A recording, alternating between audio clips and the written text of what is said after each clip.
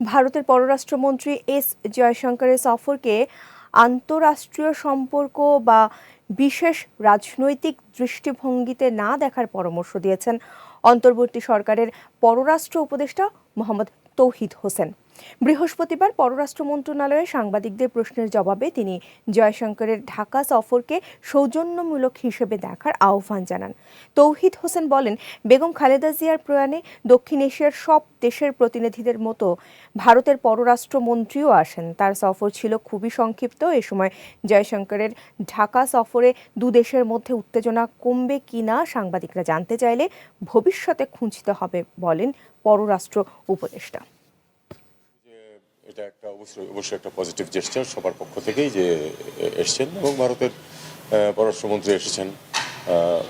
তার সফর সংক্ষিপ্ত ছিল, কিন্তু উনি পুরো অনুষ্ঠানটাতে অংশগ্রহণ